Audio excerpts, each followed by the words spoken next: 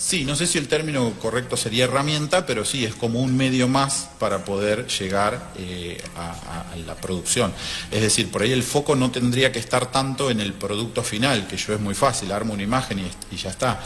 Pero el tema es saber explicar qué pasos hice, cómo hice para lograr esa imagen. Esto de la evaluación del proceso y no solamente del resultado final, que es muy fácil producir una canción, una imagen, cargas una poesía y el estilo musical y demás, y lo haces, pero... Estás escuchando a Mauricio Ortiz, profesor de biología, que nos cuenta cómo lleva la IA al aula. Esto y mucho más en la entrevista completa que está a continuación. Esto es Sarabá, un programa para acompañarte sin aturdirte en su sexta temporada y en el año de la reafirmación de los derechos humanos a 50 años del último golpe cívico, militar, eclesiástico, empresarial en nuestro país. Sarabá, un rato para ver, escuchar, reflexionar y sentir junto con vos. Producido y conducido por Silvana Rena, Mónica González y Silvana Alcaraz, con la operación técnica y algo más de Santiago Santos. Con eso, con Mauricio Ortiz, ¿no? Profe de biología, y ahí especialista o diplomado en el uso de la IA. Bienvenido a Sarabá, Mauricio. Bueno, muy bien, gracias por la convocatoria. Sí, el hecho de cursar por ahí con esto de la inquietud, del conocimiento y de aprender siempre algo más, una diplomatura en habilidades digitales e inteligencia artificial, específicamente aplicado a educación. Bueno, la palabra más o menos lo indica, ustedes estuvieron mencionando el uso de redes con los casos que comentaban recién. Somos una generación que por ahí no estamos tan acostumbrados a la tecnología, nos fuimos adaptando. Las nuevas generaciones por ahí ya son como los nombrados nativos digitales, y en todo esto aparecen las habilidades digitales, que son las que nosotros tenemos. La cuestión es que tenemos que subir ese nivel de decir, bueno, no uso solo lo básico, sino que ya tenemos que empezar a tener otras habilidades para el manejo, y esas habilidades son las que tenemos, no solo manejar una computadora, sino ya generar un contenido, producirlo, modificarlo, mejorarlo y compartirlo, transmitirlo a través de alguna red social o algún tipo de publicación. En ese caso, esas habilidades digitales que vamos aprendiendo y tenemos, las vamos a tener que ir utilizando. En este caso, como mencionaba esta oyente que mencionaba que usaba para tareas escolares, bueno, puedo tener un fin de estudio, puedo tener un fin laboral, es decir, tenemos habilidades, las tenemos que mejorar o ampliar, y las vamos a ir aplicando justamente en distintos terrenos según la necesidad de cada uno, ¿no? En ese sentido. Y hoy los trabajos te piden esas habilidades digitales, ¿no? En general, por ahí no directamente, pero uno por ahí aprovecha esta utilidad que escuché anteriormente, estaba oyendo esto de la herramienta, es un elemento más, no sé si herramienta en el sentido, eso es como otra discusión, si es una herramienta, hasta qué punto es una herramienta, pero bueno, como bien decías, está siempre el aporte humano, que es lo que no se corre de lugar. O sea, vos producís algo y tenés que chequear que sea correcto el dato, que sea la imagen que creás puede tener, por ejemplo, lo que se conoce como alucinaciones. Nosotros en el curso de las actividades que hacíamos en la diplomatura teníamos que, a partir de una poesía, leyendo e interpretando el texto, nosotros, bueno, cargar un dato como para pedirle generación de imagen. Y esas imágenes salían, me acuerdo que usamos una poesía que hablaba de un caballo en el salitral o algo por el estilo, y bueno, hacías una imagen y el caballo de pronto tenía, no sé, 3 patas, le faltaba una. O sea, aparecen errores o sesgos o alucinaciones en ese caso, y bueno, el aporte humano siempre tiene que estar ahí, porque tenés que tener la seguridad de corregir o chequear eso que estás produciendo. Y ahí esto de chequear y corregir, estamos entrando en el terreno de la ética también, ¿no? Porque vos estás produciendo un contenido, que esto es lo que diferencia, yo lo que estoy hablando en particular es de IA generativa o inteligencia artificial generativa. Ya no es solo inteligencia artificial, que si se ponen a pensar lo que han hecho en el día y han agarrado el celular hoy y utilizado WhatsApp o han hecho algún contacto vía comunicación, o sea, todos hemos estado usando inteligencia en algún sentido, pero la generativa en particular tiene eso de que genera un contenido nuevo, novedoso, y ahí está la ética de cómo lo aplico, cómo lo utilizo. Casualmente ustedes estaban mencionando antes también esta cuestión de los derechos de autor o el uso de imagen. Hay una publicación, se está haciendo viral, un video que recorre los medios, que es al que yo vi, el actor que reconocí es Ricardo Darín, y los actores están teniendo esa postura, de decir, bueno, hasta cuándo o qué regulación, que este tema también surgió antes, tengo protección de mi imagen personal, de mi voz, incluso se puede usar la voz para clonarla, y esa voz clonada la puedo utilizar, no sé, no es correcto lo que estoy diciendo, pero se puede aplicar, no sé, en una estafa, haciendo pasar a través de la voz a una persona por otra. En ese sentido, bueno, se están alzando voces en esto de la parte ética o bioética, como sea el término, para poder, digamos, chequear eso que produzco, porque es nuevo, es novedoso, pero bueno, hasta dónde es correcto o no utilizarlo, o en qué contexto lo hago. Sí, eso bien desde la tecnología, algo bien específico. Cuando vos decías lo de clonar las voces, hay algunas aplicaciones. Uno, por ejemplo, creo que es una de las que tiene esa posibilidad, y lo que se hace es comercializar una voz que es sumamente reconocida de manera ilegal. Sí, y pensando, no sé, en un locutor o un exacto. actor, o incluso las frases, que por ahí ellos hoy en día se estila mucho, pero por ahí no las tienen registradas o lo que fuera, y bueno, son, digamos, utilizando su imagen, y eso los desgasta porque viven de eso también, ¿no? Es parte de su impronta para un Claro. actor. O sea, que la precarización laboral de la que hablábamos recién con Aurelia Di Berardino no es solamente la del que está detrás en ese internet profundo, No, sino el que está. sino todos los que nos vamos precarizando en el trabajo cotidiano. Cuando recién sale esto de la inteligencia artificial, tuve una conversación con una compañera a la que yo me oponía de alguna manera a introducirme en esto de la inteligencia artificial. Ella me decía, bueno, pero es una forma de democratizar, porque a lo mejor alguien que no supo cómo armar un currículum para buscar una fuente laboral tiene la posibilidad de hacerlo a través de inteligencia artificial.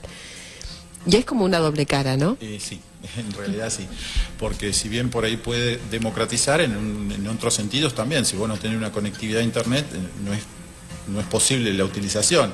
Si bien están saliendo, creo, algunas aplicaciones que tienen como un cuerpo de conocimiento que vos la podés usar sin conectividad, digamos que ese sesgo está, esa diferencia todavía existe. Y también le agregamos esto de la falta de corporeidad, porque por ahí el actor, vos despersonalizás, podés usar tu voz y la imagen la distorsionás o modificás y utilizás otra imagen. Bueno, esto del cuerpo también es como que se saca, pero el cuerpo está detrás también, claro, de todo este uso y aplicación. Totalmente. Entonces, vos coincidías recién cuando decías, puede llegar a ser una herramienta. Sí, no sé si el término correcto sería herramienta, pero sí, es como un medio más para poder llegar a la producción. Es decir, por ahí el foco no tendría que estar tanto en el producto final, que yo es muy fácil, armo una imagen y ya está. Pero el tema es saber explicar qué pasos hice, cómo hice para lograr esa imagen. Esto de la evaluación del proceso y no solamente del resultado final, que es muy fácil producir una canción, una imagen, cargas una poesía y el estilo musical y demás, y lo haces, pero está detrás todo eso también, de explicar el cómo llegué a eso. Eso es lo que, sí, lo que hay que evaluar. Que en materia de acortar plazos, los prompts, que serían las... Los prompts, sí, lo que es prompting, que por ahí va a ser una de las carreras, ¿no? Ingeniería de prompting. El prompt es esa instrucción que uno le da al cuadro de diálogo en cualquiera de las aplicaciones, ChatGPT, por ejemplo, que bueno, también tiene una forma de expresarse. Entonces, en esto de la tecnología, el aprender a hablar, a dialogar con la tecnología por ahí, porque el prompt es eso, le estoy dando la indicación, qué quiero, para qué lo quiero, cómo lo quiero, en qué lenguaje, en qué vocabulario, y cuanto más claro tengamos eso, más acortamos esa tarea, ¿no? Y que sea más fehaciente el producto que obtengo, ¿no? Más real. Pero bueno, siempre está esto de chequear lo que se genera.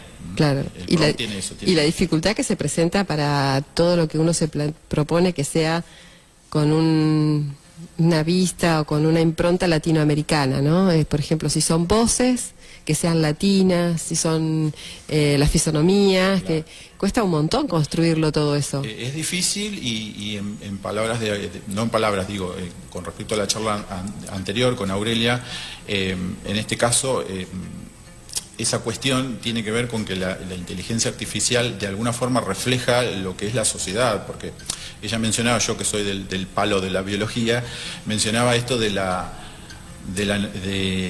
no sé si mencionaba nutrir o que se nutre la inteligencia, bueno, yo diría por ahí que se alimenta, o sea, no es que aprende en sí autónomamente, sino que se le cargan datos y uno la va alimentando a la inteligencia artificial, y en esa alimentación la respuesta que devuelve es en parte esos prejuicios o esos conceptos de la sociedad. Entonces por ahí, si cuesta que aparezca esta visión latinoamericana y demás, tiene que ver con ese mismo uso.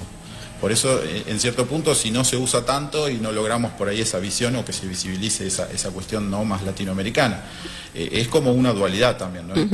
Insisto, tiene como su lado A y un lado B, lo bueno y lo malo, lo oscuro, en ese sentido tiene un poco que ver con eso. No puedo dejar de decirte que me siento en una contradicción plena, porque un oyente recién proponía que se vuelva obsoleta porque dejamos de usarla, y por otro lado te vamos a preguntar, desde tu lugar de docente, ¿cómo propones al estudiantado la optimización, ¿no? Algo que hablábamos recién fuera de aire. Y por ahí, primero conocer a ese grupo de estudiantes por ahí que son usuarios, porque hoy escuchaba también no me acuerdo, alguien, porque uno navega y la misma inteligencia artificial te sugiere contenido, y escuché unas palabras de unos españoles en este sentido de que por ahí, no sé si tanto proponerle o sí a los estudiantes, pero vos no podés negar en el aula el trabajo con la inteligencia artificial, porque la va a tener en acceso fuera del aula igual, y si la tarea la hace fuera, te va a traer un producto hecho con inteligencia. Entonces tampoco van a servir estas ingenierías de decir esto es para chequear si el contenido producido es de inteligencia o no, porque también tienen fallas, o sea, tampoco llega a un punto como que no podés definir, como puede pasar con una imagen. Pero la cuestión es insalvable, o sea, la tecnología está, el acceso está en mayor o menor medida. Otra cosa que, más allá de esto de los sesgos, del alcance de llegar a tener la tecnología, se puede acceder con una conectividad débil en teléfonos de distintos modelos. No necesitas ser último modelo, no necesitas ser un ingeniero para empezar a utilizar la tecnología, la ingeniería o la inteligencia artificial. Entonces está todo al alcance, como herramienta o no, pero está. O sea, contenidos se producen. De hecho, quienes se dedican a esto justamente de los medios digitales, utilizás alguna forma de tecnología para compaginar videos, para agregarle sonidos y demás. Con respecto a los prompts, volviendo a esto, hay bibliotecas de prompts, o sea, incluso ya no tenés por ahí tanto que pensar en cómo armar esa idea o qué querés lograr. Hay listas de prompts educativos, listas de prompts. En el caso de sonidos, hay bibliotecas de sonidos con derechos liberados, ¿no? De contenido libre. O sea, nos ha tocado hacer algún contenido, planificando guiones y demás, utilizando estos sonidos, ¿no?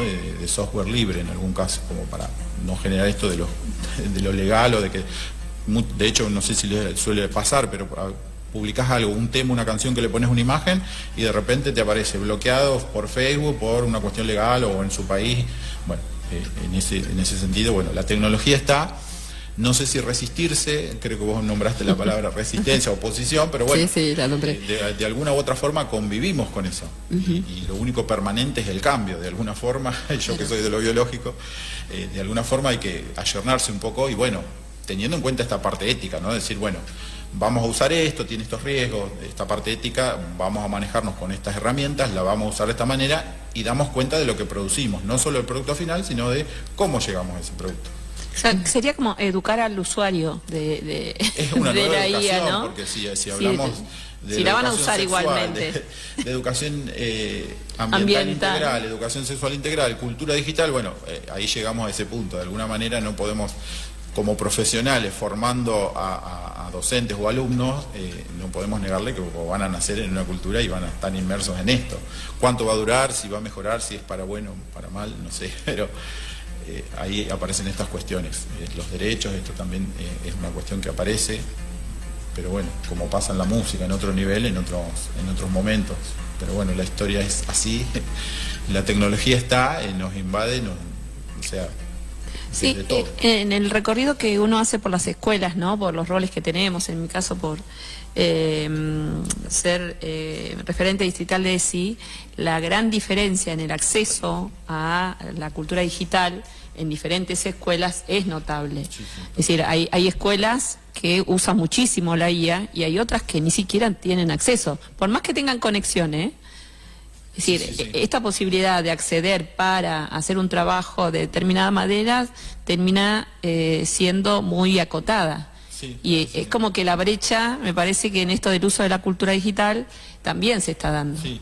Sí, se da en general, o sea, desde que yo recuerdo que he tenido, no en mi época era informática, a secas, no era NTIC ni nada, pero desde lo básico, es decir, le hablas de un nombre de archivo, extensión .doc, y te mira como diciendo, ¿qué me estás diciendo? O sea, por ahí sí hay cuestiones o herramientas que usamos, pero no siempre la tiene claro el alumno por ahí. Entonces, por más que existan estas herramientas o que tengan posibilidad de uso y no las usen, bueno, también a veces como que hay que exponerlos o proponerles utilizar, pero insisto, con un entorno cuidado, ético, decir, bueno, vamos a producir contenido, pero con cierta responsabilidad, no porque sí, o sea, ni tampoco todo el tiempo, ¿no? Porque tampoco tendría sentido.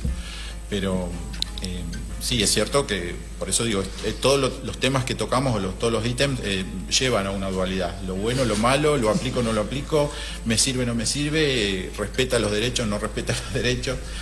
Por eso digo, siempre tiene que estar como en un marco de un conocimiento básico. No ser ingenieros, pero bueno, tener ideas de uso básico como para poder enfrentar y decir, bueno, el alumno me trajo esto, bueno, lo puedo interpretar, le puedo pedir que lo reacomode o que lo modifique, porque eso también puedo modificar, los prompts mismos se pueden ir mejorando y uno puede ir como, entre comillas, ¿no?, enseñándole. Es humana la IA, no es humana, creo que estuvieron charlándolo también, tiene partes que sí, volvemos a la dualidad, y partes que no, se nutre, se alimenta de lo que uno le carga como dato, pero no tiene conciencia propia, es como un loro inteligente, repite un montón de palabras, canta, pero no entiende lo que está diciendo. Es un poco esa dicotomía también, esa dualidad que nos lleva todo el tiempo. Y Sí, allá tenemos a Acá, Mónica del otro un lado. poco de este otro lado de la cabina. Mauricio, hablabas recién de la ética, de los límites, ¿no? Y eso nos lleva a pensar como en que hay riesgos o hay peligros. Digo, saliéndonos un poco de esto de la IA generativa, que es de lo que veníamos hablando un poco más, pensando la IA más en general con otros usos, con otras aplicaciones. Sí. ¿Qué reflexión, digamos, harías sobre los riesgos, peligros, amenazas que puede implicar el uso por de lo la que IA? estuve escuchando, porque también me quedé como un poco impactado, venía escuchando la radio, son reales esos riesgos. Uno se pone a pensar, yo lo uso acá, es una aplicación, pero bueno, esa aplicación responde a una empresa, o sea, desde que usamos el buscador, vos buscás un dato en Google y no te da lo real, lo fehaciente, lo correcto, te da lo que Google quiere, te enumera, te enlista, te jerarquiza, pero uno accede a Google y no existe solamente Google, hay un montón de buscadores, de motores de búsqueda, por ejemplo. Y bueno, los peligros, se me ocurre que obviamente es real. La inteligencia artificial dependerá quién lo utiliza o con qué fin. Y es cierto que los datos se pueden extraer, porque eso también existe y en todo tipo de aplicaciones, no solo de IA o las que venimos utilizando, desde WhatsApp, esto de que una empresa es absorbida por otra y de repente el dueño de WhatsApp es de Meta AI o de Facebook también, y uno cargó una foto en Facebook y cargó un dato, una fecha, un domicilio. Por eso digo, uno ve que los chicos, los estudiantes utilizan, pero muchas veces sin la supervisión del adulto o esta parte ética de decir, bueno, vos estás usando, tenés la edad, con quién la usás, o sea, los juegos en red, que lo veo mucho también, juegan y no saben con quién, o te dicen juego con fulano y no saben realmente quién es, dónde estás. Los riesgos son reales, pero bueno, por ahí todo lo nuevo, lo desconocido siempre genera temor, pero bueno, siempre que se use con precaución o supervisión, o mínimo cuidado, es lo que está. Lo que encontramos en el medio actual. Sí, y lo peligroso del adulto de pensar que porque está en las redes está más seguro, ¿no? Es decir, que si estuviera en una plaza, si estuviera en la calle, Sí, y es muy dicho sea de peligroso. paso, yo que trabajo mucho en las efemérides, el pasado 2 de mayo, Día Internacional contra el Acoso Escolar, y surgen las palabras bullying y te aparece el grooming. Y bueno, ahí en el grooming está mediado por un medio de comunicación digital. Aparece una red social donde aparece alguien que capta al joven y con una intención o un fin que no siempre es bueno, obviamente. O sea, los riesgos están siempre y desde otras tecnologías y otras culturas que venimos ya usando de hace tiempo. ChatGPT, la explosión fue en 2022, pero Facebook y lo demás, YouTube, Spotify te sugiere canciones, pero ¿por qué te sugiere esas y no otras? O sea, siempre está la tecnología detrás y los riesgos son reales, están. Por ahí no los vemos, no los queremos ver o no estamos informados, pero la cultura digital es eso, no solo aplicar y usar el contenido, sino el contexto de dónde viene y quién lo generó o lo crea, que muchas veces no tenemos esa conciencia. De lo que acabas de decir, me voy a posicionar en esto que decías del cuidado de personas adultas sobre el acompañamiento en infancias, adolescencias, ¿no? En el día de hoy se dio un fallo histórico en un tribunal de Morón, 20 años de condena, de pena firme por grooming. Y es un fallo histórico porque no había habido nunca una situación en donde el grooming fuera considerado algo Sienta de... jurisprudencia. Claro, sienta jurisprudencia. Y me parece que es bueno también tenerlo en cuenta, porque cuántas veces se siente ese hostigamiento, el acoso, y romper esas barreras cuesta un montonazo, y una vez que se produce hay un marco legal en el cual poder apoyarse, no solamente para acompañar a quien lo esté sufriendo, sino también a las familias y a las instituciones. Que, bueno, aquí en Bolívar hay un recorrido de que se ha trabajado bastante sobre el grooming en las instituciones, pero cada tanto aparece alguna situación. Y bueno, es bueno saberlo también que hay una normativa bien clara, ¿no? Sí, más con un precedente ya teniendo. Sí, totalmente. Cosa que por ahí en términos de la IA, a lo mejor no está tan claro esto que vos planteabas de los derechos en cuanto a la identidad, la fisonomía, la voz, toda esa integralidad. Mismo la tecnología avanza muy rápido, entonces la parte de la cuestión legal y los derechos es como que llega tarde, o por ahí está llegando en algunos países y acá no va a llegar. Claro. Podemos hablar de, no sé, Suecia, que está retirando las pantallas de las aulas. Y bueno, eso es lo que nos toca atravesar. Claro. Claro. Digo, en relación a esto de el acompañamiento, ¿no? De tanto de las familias o de nosotros mismos, los docentes que estamos ahí cuidando las infancias y las juventudes, digamos, se está ampliando las capacitaciones, la formación docente, digamos, hay un cambio en este acompañamiento, hay familias haciendo cursos, no sé, se me ocurre. Desconozco en el caso a nivel familiar, por ahí ya es como más personalizado por ahí o más puntual del seno familiar, pero quizás en lo que es más a nivel educativo ya está viendo. Días atrás en Las Flores estuvo el precongreso o prejornadas de Congreso de Educación Digital. Ya hay bibliografía producida para la aplicación de las nuevas tecnologías o la inteligencia artificial en el aula, en educación, en los profesorados. O sea, es algo real que ya se está produciendo materiales, estoy hablando de materiales del gobierno local, o sea, provincia. De provincia, claro. Documentos oficiales. No sé, Silvana, creo que habías nombrado, los NAP existen a nivel nacional, los NAP de uso de tecnología o de cultura digital y de robótica. O sea, tenemos ya un marco, pero quizás la parte legal o esta cuestión de decir, bueno, hasta qué punto, cómo regular todo esto todavía no ha llegado, pero sí está esto de aplicación. Mismo hay charlas, sin ir más lejos hoy, creo que ahora a las 6 de la tarde, casi junto con el programa, había unas charlas vía Zoom con respecto a esto, también provisto por la Dirección de Tecnología o algo del gobierno de la provincia, es decir, está habiendo por ahí charlas o congresos o grupos, no sé tanto si capacitaciones por ahí específicas en esto. Yo lo que hice sí tiene que ver con educación, pero fue como una inquietud del gobierno local, del acuerdo entre el municipio y el club con UNTREF, que es la diplomatura que yo realicé.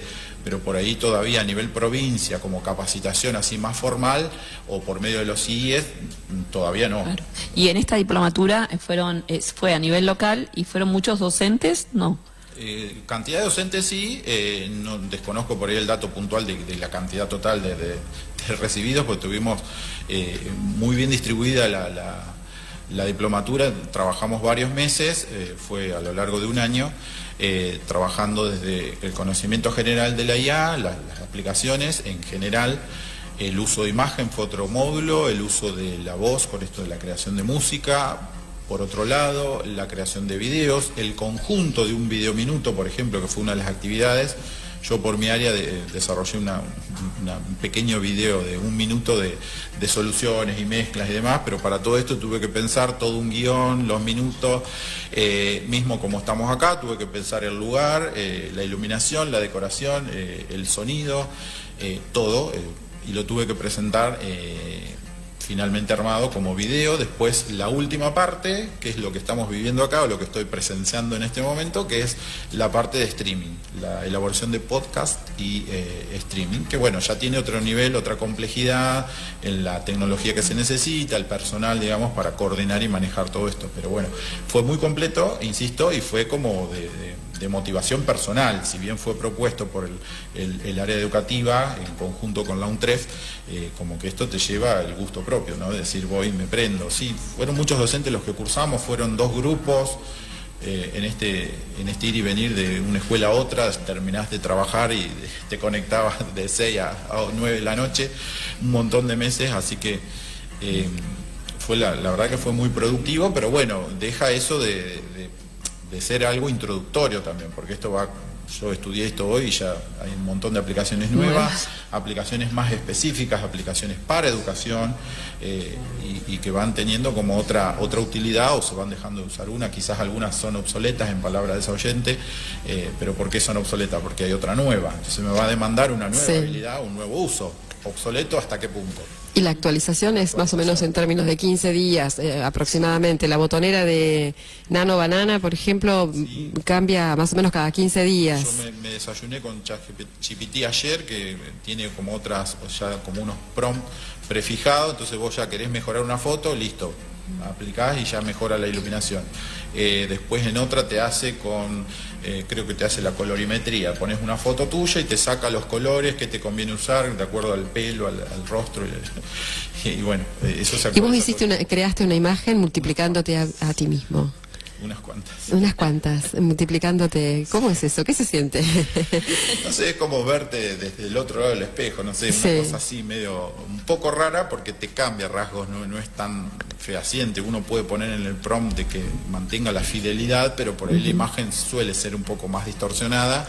Es como ver otra versión de vos, como clonarte en algún punto, pero bueno, lo haces desde la conciencia tuya, es decir, bueno, yo me pongo y yo por lo menos lo hago con mis imágenes, para ahí habrá gente que lo hace con otras, y bueno, ahí está el tema. Tengo conocimiento de que en medios periodísticos muy grandes, donde las distancias no pueden salvarse rápidamente, hay formas de clonar la imagen del periodista, de la periodista, de manera tal que eso en 3D suple a la persona allí, de manera presencial. Ves al meteorólogo diciéndote y está por ahí la imagen y tenés un fondo, digamos que eso son recreaciones por ahí para los medios televisivos, pero bueno, eso existe, me haces pensar un poco en lo que es la holografía, los hologramas, que no sé si no ha habido ya recitales con, no sé si de Michael Jackson o alguien más. Y del indio. Y se utilizan, por ejemplo, imágenes holográficas. Bueno, yo porque me gusta la tecnología, no soy experto, pero... Sí, Milo J había hecho con la voz de Mercedes. Gustavo Cerati, Milo J con la voz de Mercedes Sosa, que hizo la canción de Jangadero, hizo una versión de Jangadero re linda. De hecho, tenemos un cantante local que estuvo en el cumpleaños de Milo J. Sí, Seba Caire, sí, le mandamos un beso. Sí. Bueno, el otro día Milo J, la exposición que tuvo también con el Dex, que es como en un escritorio que se filma. Sí, contó en biblioteca. En una biblioteca, es muy famoso, eso le da una amplitud, y llega a toda la gente a través de plataformas, mediado por tecnología, es decir, no nos podemos, o sea, me puedo resistir, no sé si negar, pero me puedo resistir porque en algún punto voy a hacer un trámite, me van a sacar una foto y esa imagen mía pasa a ser un archivo digital que quedó en algún lado y alguien lo va a usar para algo. Para un carnet, para lo que sea, pero es un dato digital mío que quedó.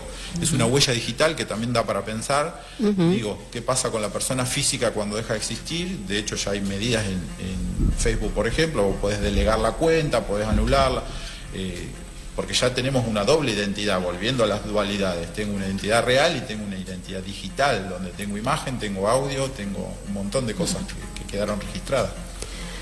Wow, apasionante.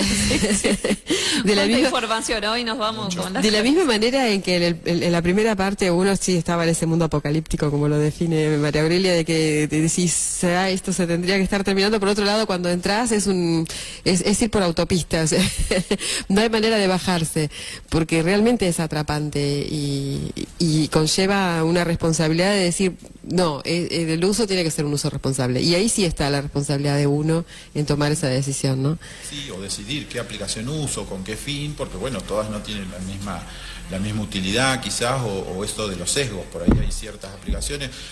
basta comprobar una misma pregunta en un Gemini de Google o en ChatGPT. La respuesta no va a ser la misma seguramente, o va a tener una variación. Y eso responde a que detrás hay otro grupo, otra empresa o alguien que cargó datos de distinta manera y con una intención seguramente. Qué buen ejercicio, ¿no? Hacerle la misma pregunta a diferentes Sí. guías. Bueno, esto también ya está pensado, bueno, esto responde a lo que vos mencionás en algún punto, a lo que son las multiplataformas, como POE, que son plataformas que te agrupan distintas inteligencias artificiales y vos podés como convivir ahí entre distintas. Sin acceder a una u otra, tenés en una sola plataforma la posibilidad de aplicar distintas o distintos usos dentro de la variedad que existe y las que van mejorando, ¿no? El ChatGPT 4.0, 4.2, NanoBanana, todas las que van surgiendo y que se van mejorando en algún punto o puliendo algo que tengan interés en generar, porque salen prom o estilos de fotos que por algo salen, es decir, bueno, la famosa figurita de fútbol, ahora que estamos en época del mundial, ya todo el mundo transformando su imagen y poniéndola en una especie de figurita que es como el boom en este momento, ¿no? La parte del mundial y la creación de imágenes también. Mucha info. Mucha info. Sí, sí, sí. Alguna entiendo y otra no. Bueno, allá Moni, Santi, Santi usa mucha inteligencia artificial, ¿no? No, el de otras tecnologías, otro uso, no. Bueno, Mauri, la verdad que nos seguiste ampliando ahí, dando luz a esto de las inteligencias, para qué la usamos, ¿no? Qué usos tiene, qué responsabilidades, y cuánto para seguir aprendiendo, como decís vos. Sí, y bueno, sí. Estamos ahí en algo carrera. más para aprender y bueno, si arroje un poco más de luz y no tanta oscuridad, pero bueno, son las dualidades que presenta, o sea, tiene su lado bueno y malo, lo oscuro y lo claro. Será buscar un punto medio, no sé, un gris o posicionarse de alguna manera. Y esto que planteabas en el comienzo de la IA generativa, creo que es Gemini la que tiene la posibilidad de crear tu propio... Sí, son los, creo que te referís a los gems, que son como pequeñas islas o... Sí, y que en algún momento fuera de aire nos decías que, no sé, podés escanear 4 libros y generar como recurso didáctico y generar propuestas de trabajo exclusivamente con esos 4 libros que vos decidiste, ¿no? Claro. Pero hay otras que tienen como otras funciones que son como pequeñas IAs que son funciones reducidas. De hecho, acá en Bolívar tenemos una que está localizada, ¿no? Que es Bolívar IA. Y tenés data puntual, se le pueden hacer preguntas, eso lo hemos intentado, creo que vos también, y por ahí falta ampliar, ¿no? Porque hay como, sí, cuestiones de género no aparecen, o dicen no tener respuesta, pero esa es otra. ¿A eso te referías con las generativas? Sí, porque puntualmente se genera contenido, en esa por ahí te presenta información, pero bueno, está aplicándose la inteligencia artificial para brindarte un servicio en ese caso. Pero bueno, lo arma alguien detrás o le carga cierta información que es la que quiere que se sepa o que se conozca o que se vea más rápido. O sea, hay una intencionalidad detrás también. Por ahí la que yo mencionaba, más de estilo generativo, es que vos podés cargar y hacer un circuito más cerrado, yo pensando al nivel educativo, bueno, yo le cargo cierta bibliografía o cierta selección que hago yo, humano docente, entonces, bueno, las respuestas que van a encontrar están dentro de ese campo de conocimiento y no fuera en la web, digamos, así a simple vista. En el caso de Bolívar IA, por lo que estuve mirando, ya estuve probándola también, es una especie de chatbot, es como una charla, un ida y vuelta, como un estilo de WhatsApp, en ese sentido tiene ese formato. Pero bueno, no deja de estar lo que mencioné en un comienzo, que es esto de aprender a dialogar con la inteligencia, porque me va a dar respuestas en la medida que yo dialogue o que me las mejore o que le pregunte por qué me da esa respuesta y no otra, o que me compare. En ese diálogo, en ese feedback o ida y vuelta, ya sea con una máquina, humana o no tan humana, ese ida y vuelta está mediado por la comunicación, o sea, volvemos a algo humano, la comunicación. Bueno, muchísimas gracias, Mauri. Estuviste escuchando un podcast de Sarabá. Si te gustó este contenido, apoya nuestra comunidad suscribiéndote a YouTube o Spotify. Muchas gracias.